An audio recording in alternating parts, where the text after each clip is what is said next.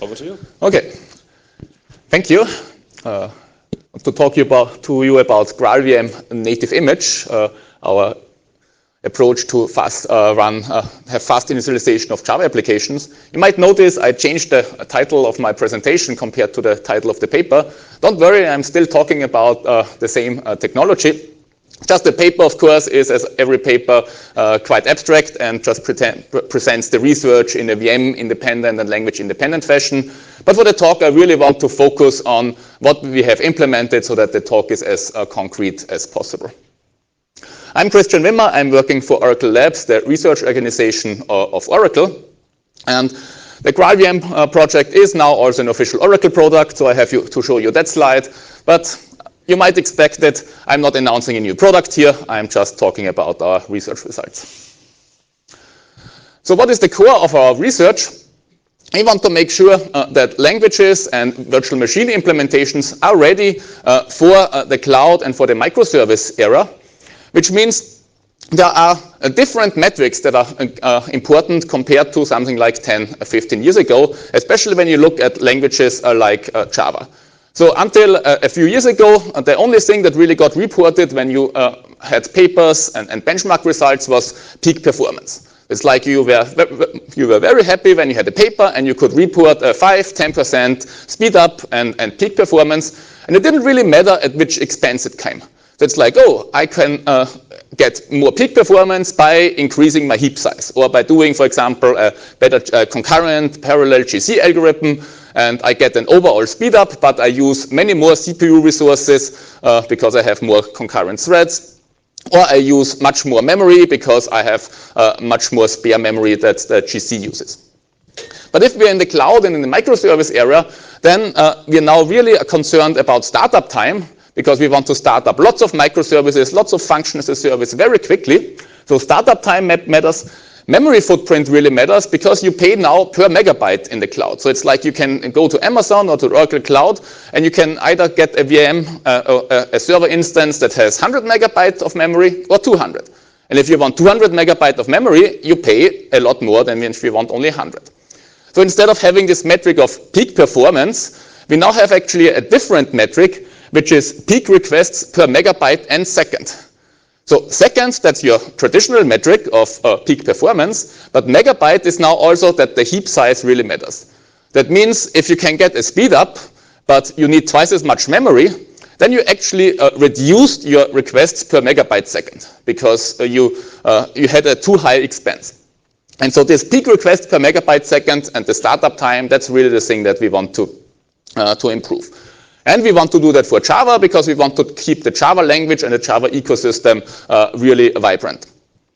Of course, there are competitive languages like Go, and Go has the advantage, it's a pretty modern language and ecosystem, and this fast startup was built into the Go language from the beginning, which was, of course, a very good decision for them. But the question is now, can we improve Java and get Java to the level of Go or even better? Of course, you should never trust me as an Oracle employee on what I tell you, but you should trust our competitors like Microsoft. So I have a quote from the Microsoft Cloud advocate, Bruno Borges, who says, yes, this technology is really something that is competitive or even better than Go. So what are we doing? So how can we get and improve a Java startup? We have our Java application, so all the class files of the Java application. We have all the libraries that the Java application uses. We have, of course, one of these libraries. The biggest usually is the JDK, the standard Java class library. And we also have a VM written in Java. We call it Substrate VM. It's a really reduced Java runtime environment. Of course, it has a GC, but it's not as heavyweight and not as big as the Java hotspot VM. And it's also written in Java because, well, we like Java. And the one assumption that we make now is that we have a closed world assumption.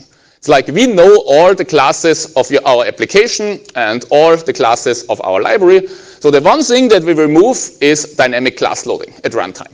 So it's like every class that we want to execute at runtime must be known at build time. And then we want to initialize as much of our application as possible, because everything that you can do at build time once, you don't need to do at runtime very often. And after we initialize an application, everyone is probably familiar with Java. If you do anything in Java, you allocate lots and lots of objects. So we want to preserve this initialization state of Java, snapshot the reachable objects of the objects that were created. We want to snapshot the reachable code and ahead of time that code. And then we get a native executable out of our Java application that starts very fast because it's already pre-initialized. So the core contribution of our paper is this analysis. How do we do this analysis and initialization of the application? And so what we do is we do a combination of static points to analysis, which is like finding out from your main method what is reachable in your application. And then we initialize the application. So we run, for example, class initializers, but we also give the application the opportunity to initialize as much as the application wants. So it's like it's not like only we initialize, we also allow the user code to run, and the application developer can add and extend this initialization. And then we do a heap snapshotting and see what are the objects that are reachable now, and these are the objects that we need to have at runtime. But the key insight is that this needs to be an iterative process, because the points to analysis finds out some initial reachable methods, but then the application initialization code can make arbitrary new code reachable. And also the heap snapshotting can make new types reachable. So after we are done with the heap snapshotting, we run the static analysis again. It can again grow the reachable amount of the application, and then you can initialize these new parts of the application, and then we do the heap snapshotting again. So we have a couple of examples in the paper that really show that this iterative approach is essential and is a critical part of the system. Ahead of time compilation is pretty straightforward. We use the same compiler that we also use in the hotspot VM for just-in-time compilation, just in a different configuration, and we ahead of time compile all the reachable code.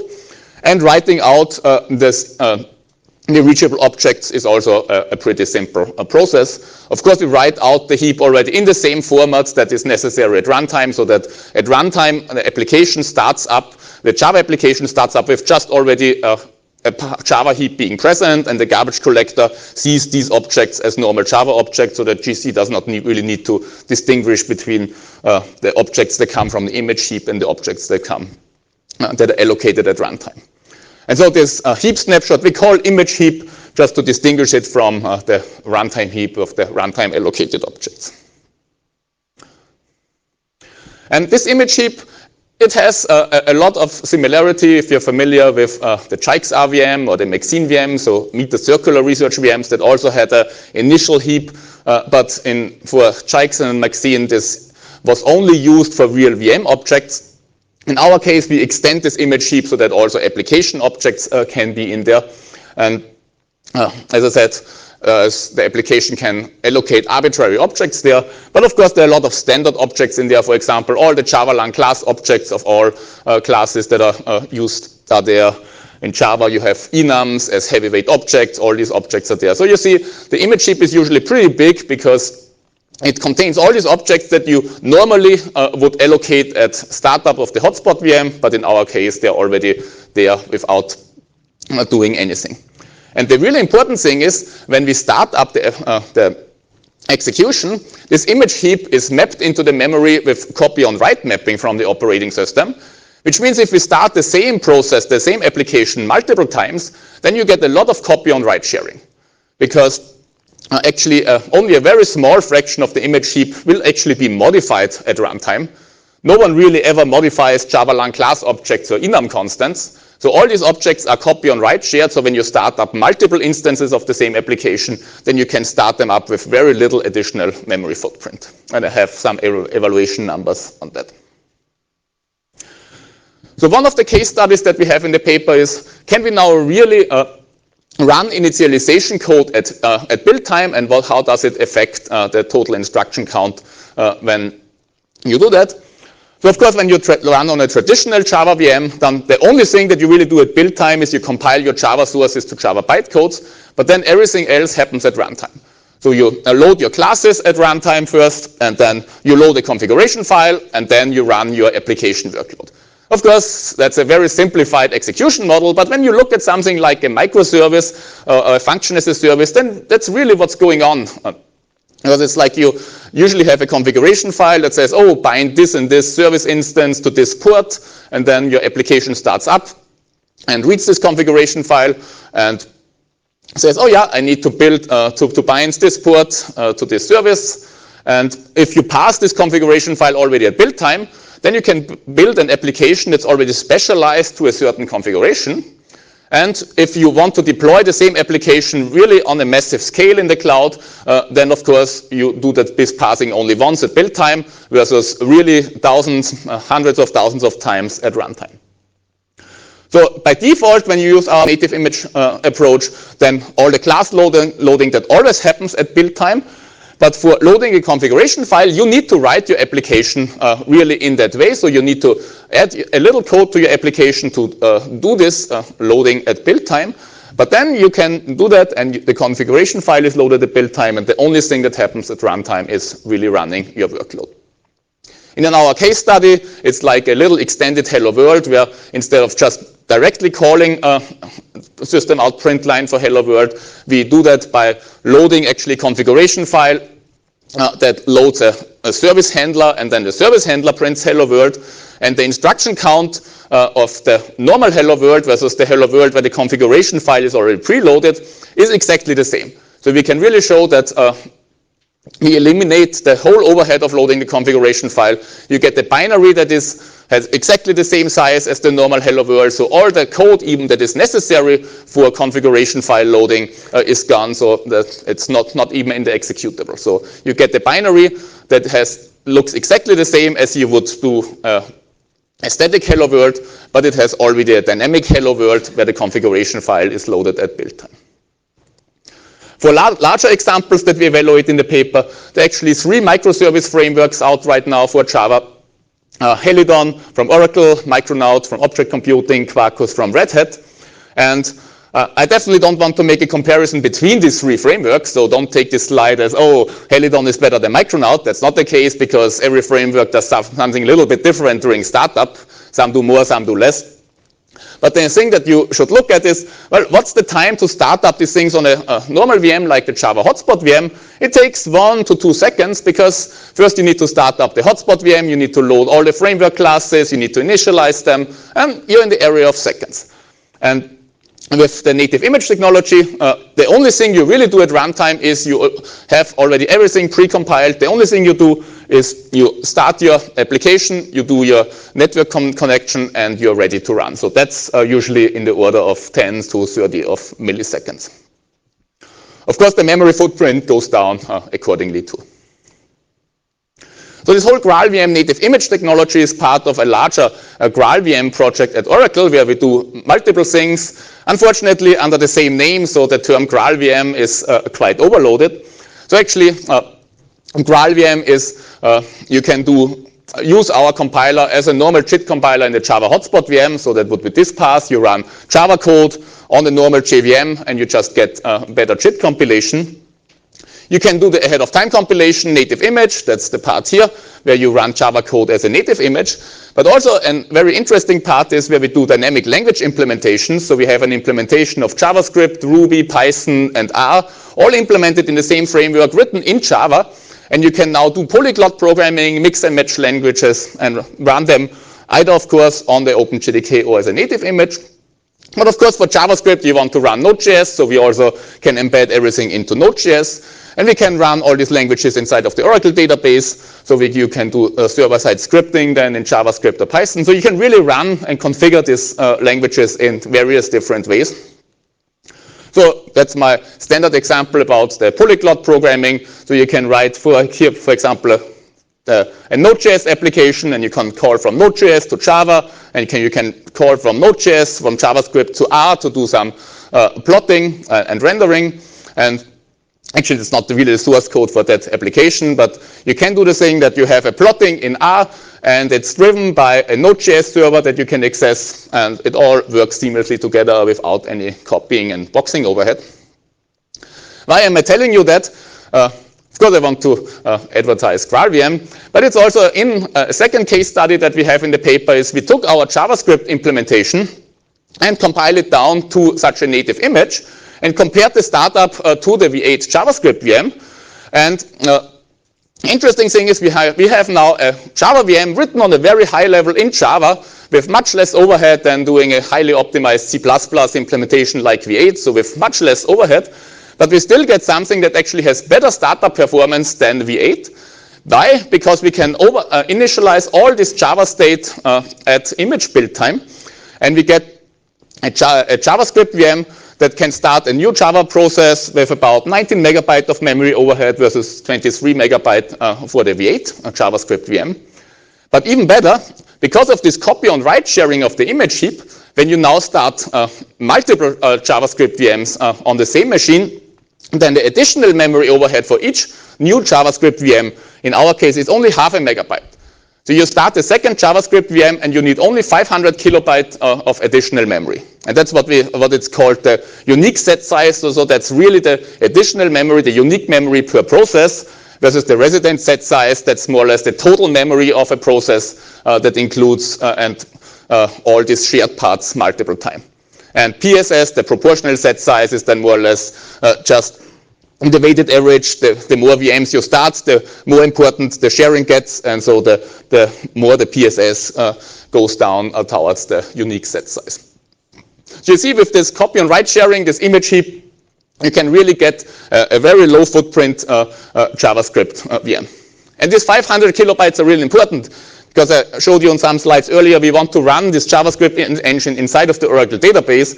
And suddenly if you have a database process and you want to run thousands, 10,000s of database sessions and all start a JavaScript instance, then it makes really a difference if you need 12 megabyte versus 500 kilobyte per database session. So GraalVM, so that is a pretty big project, and we are interested and we are doing a lot of research on it. So if you are looking for a research topic, we highly recommend looking at GraalVM for anything from compiler optimizations, GC algorithms, static analysis, and also polyglot programming, language implementations, novel language features in our framework. So you can do a lot in our framework, and the good thing, if you're a researcher, you can do things with very low overhead, and you can evaluate in a large ecosystem. So you can now write the compiler optimization paper, and in your evaluation really say, I evaluated my new compiler optimization in Java, JavaScript, Ruby, R, Python. So it's like, that will make every reviewer very happy because it's like, you have not one language, you have multiple languages. And the same for all the GC algorithms. Or you can say, oh, I implemented a new tool for something, and I evaluated it with JavaScript and with Ruby and Python. So it's like you can really leverage this multi-language ecosystem. And there are already lots of papers out. The last time I counted was about 70, but could definitely be more. And we are looking for internships and full-time positions. So if you're interested in anything related to GraalVM, please come and talk to me. With that, that's the end of my presentation, and I'm happy to take any questions. Thank you.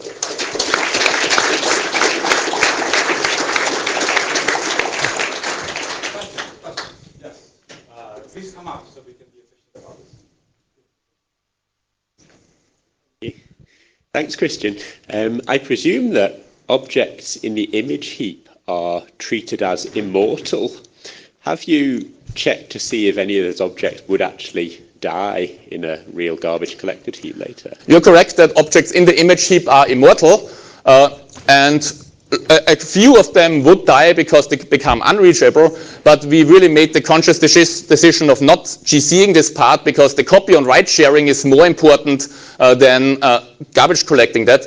And so the low number of objects that would die is, we don't have an exact number, but we know that, for example, for the JavaScript instance, you have a 20 megabyte image heap, and even the static analysis finds out that 18 megabyte of that is guaranteed to be read-only. So there is only 10% that even could potentially be written, and from that even a lower percentage is written. So I don't expect that there is overly much. Thank you. This was very good. I want to go use GraalVM right now. I'm wondering if there's some kind of a happy middle ground between GraalVM and the current JVM virtual machine where maybe you can give up on a few small things and be able to run a larger subset of Java programs. Yeah, that question always comes up, so I'm glad that you ask it. And that's a tricky question. It's like there are attempts from the Java side to more or less put a head-of-time compilation class data sharing in the Java hotspot VM where you can get the footprint down from Java hotspot, but not by orders of magnitude. So I really think that there is no real middle ground where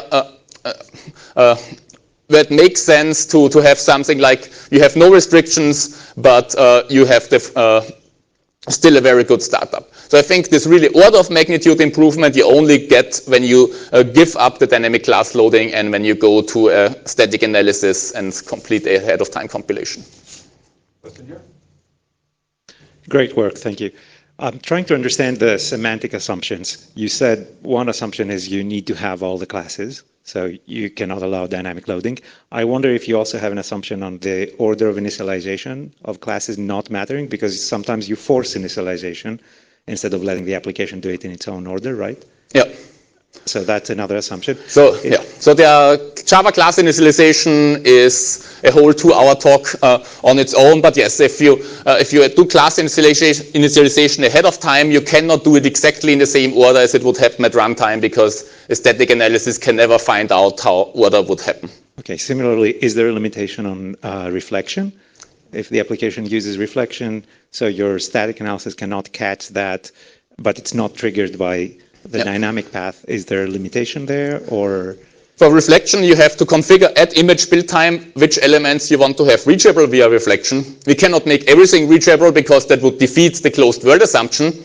But of course, if you don't support reflection, then nothing works in Java. So our middle ground of that you need manual configuration seems to work quite well in practice because you actually you can trace even the reflection usage on the hotspot VM. So for a given application, you can actually find out pretty easily what parts of reflection you need, and then you put in only that part. And then the static analysis more or less only sees already the classes that are created for reflection. So the static analysis doesn't even need to treat reflection in any special way because there's just a direct call path then created for the reflection implementation. Thank you. Nice talk. I was wondering, with the JavaScript VM startup, you had very little unique memory needed for each new VM. Was that while the VM was actually executing different kinds of JavaScript applications or without? What we measured was just the startup and for the JavaScript VM until you got the prompt where you could run the first JavaScript comment. So everything of the initialization, setting up of the global objects, all of that. Okay, so do you expect that the unique memory would go up once you start running some JavaScript? Yes, yeah. Once you really start running, then the things will get up. But we are working on lots of things to more or less do more optimization for that too. But in that case, yes, it would go up. And then really the copy on write stuff would get actually copied because it would be written. Okay. Yeah. Final question. I had two. Okay, so are you familiar with a system called Nailgun? Yes, so that's more or less you want to keep a Java VM running so that you have one when you need it. Yeah.